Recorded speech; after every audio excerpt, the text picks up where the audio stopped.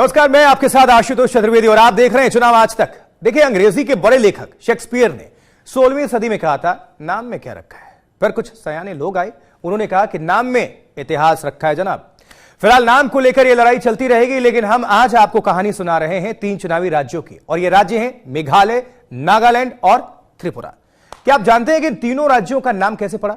अगर नहीं तो इस चुनावी मौसम में इनकी कहानी भी जान लीजिए। सबसे पहले किस्सा मेघालय का। आपको यह जानकर हैरानी होगी कि मेघालय का नाम खुद वहां के लोगों ने चुना था। यह ऐसा नाम नहीं है जो उनकी विरासत और इतिहास से जुड़ा हो, लेकिन फिर भी भौगोलिक स्थिति बयां कर रही हो। इस नाम के साथ कोई भी पौराणिक कहानी नहीं है, और इस पहाड़ी प्रदेश के लोगों की ख्वाहिश थी कि उनके राज्य का नाम भी उतना ही खूबसूरत हो जितना कि ये इलाका है।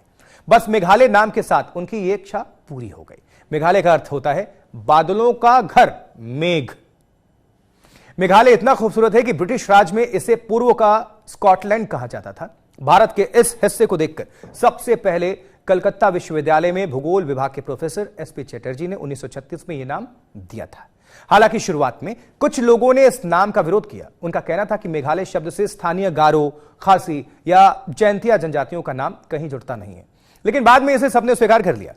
मेघालय को राज्य का दर्जा 21 फरवरी 1972 को मिला था, और इस राज्य का नाम सबकी जुबान पर अब चढ़ चुका है। आगे बढ़ते हैं, बात नागालैंड की करते हैं। नागालैंड का कोई प्रारंभिक लिखित इतिहास नहीं है। असम राज्य के अहोम साम्राज्य में नागा समुदाय की अर्थव्यवस्था और रीति रिवाजों का उल्लेख किया जाता था। नागालैंड का नाम इसके मुख्य जनजाति नागाओं के साथ जुड़ा हुआ है, और इसका अर्थ है नागाओं की भूमि। हालांकि नागा शब्द का अनुवाद क्या है, इसके कई सिद्धांत हैं। कुछ का दावा है कि यह बर्मी शब्द नाका से बना हुआ है, और जिसका अर्थ है झुमके वाले लोग। बर्मी भाषा में नाका और नागा दोनों का उच्चारण एक ही तरह से किया जाता है। कहानियां और भी हैं। कुछ का मानना है कि नागा शब्द संस्कृत शब्द नग्न से विकसित हुआ है, जिसका अर्थ है नंगा। ऐसा इसलिए क्योंकि नागा लोगों को लोक प्रसिद्ध रूप से उनके वस्त्रों के अभाव से जाना जाता है। एक और मत है कि नागा शब्द नाग से आया है, स्नेक, जिसका अर्थ है सांप अथवा सांपों का राजा। पौराणिक कथाओं के मुताबिक राजकुमारी उलुपी एक नाग कन्या थी, अर्थात सांपों के राजा की बेटी। उलुपी का निवास स्थान सामान्यतः नागालैंड के दक्षिण पश्चिम में चिन्हित किया जाता है। चूंकि यह क्षेत्र नागराज के अधीन था, इसलिए यहां के लोगों को नागा से नाम से जाना जाता है। नागालैंड नाम का अस्तित्व 1961 में आया, जब इसे भारतीय संघ के राज्य का दर्जा दिया गया। वैसे आजादी के बाद 1957 में यह क्षेत्र केंद्र शासित प्रदेश बन गया था, और असम के राज्यपाल इसका प्रशासन देखने लगे थे। पहले इसका नाम नागा हिल्स त्वेमसांग क्षेत्र था। वैसे मेघालय की तरह नागालैंड भी बहुत ही खूबसूरत है। इसे भारत का स्विट्जरलैंड भी कहा जाता है, और यह अपने त्योहारों के लिए भी मशहूर है। इसे लैंड ऑफ फेस्टिवल भी कहते हैं।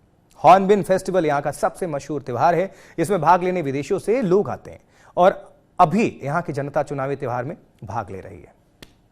इसके बाद हम त्रिपुरा के नाम की चर्चा करते हैं। त्रिपुरा का एक लंबा इतिहास है। इसकी जनजातीय संस्कृति अद्भुत है, और यहां की लोक कथाएं आकर्षक हैं। कुछ विद्वानों का मानना है कि बहुत पहले इसे कीरत देश के नाम से जाना जाता था। महाभारत और पुराणों में भी त्रिपुरा का उल्लेख है। ऐसा माना जाता है कि राजा त्रिपुर, जो ययाति वंश के 39वें राजा थे, उनके नाम पर ही इस राज्य का नाम त्रिपुरा पड़ा। और इसके साथ ही एक मत के अनुसार स्थानीय देवी त्रिपुर सुंदरी के नाम पर इसका नाम त्रिपुरा पड़ा। बहुत विश्वविख्यात मंदिर है त्रिपुर सुंदरी। अगर आप गए हैं तो आपने दर्शन किया होगा, नहीं गए हैं तो जरूर जाइएगा। अब देखिए, हिंदू धर्म की 51वीं शक्तिपीठों में से एक है त्रिपुर सुंदरी मंदिर। त्रिपुरा को मिलते जुलते नामों से भी जाना जाता था। इसमें टिपरा, तुईपरा और टिपेरा शामिल हैं। कुछ विद्वानों का मानना है कि स्थानीय भाषा कुकबोरोक के शब्द हुई पानी और प्रा निकट ने त्रिपुर शब्द बनाया। इस सिद्धांत का समर्थन करने वाले कहते हैं कि त्रिपुरा की सीमा लगभग बंगाल की खाड़ी तक फैली हुई है।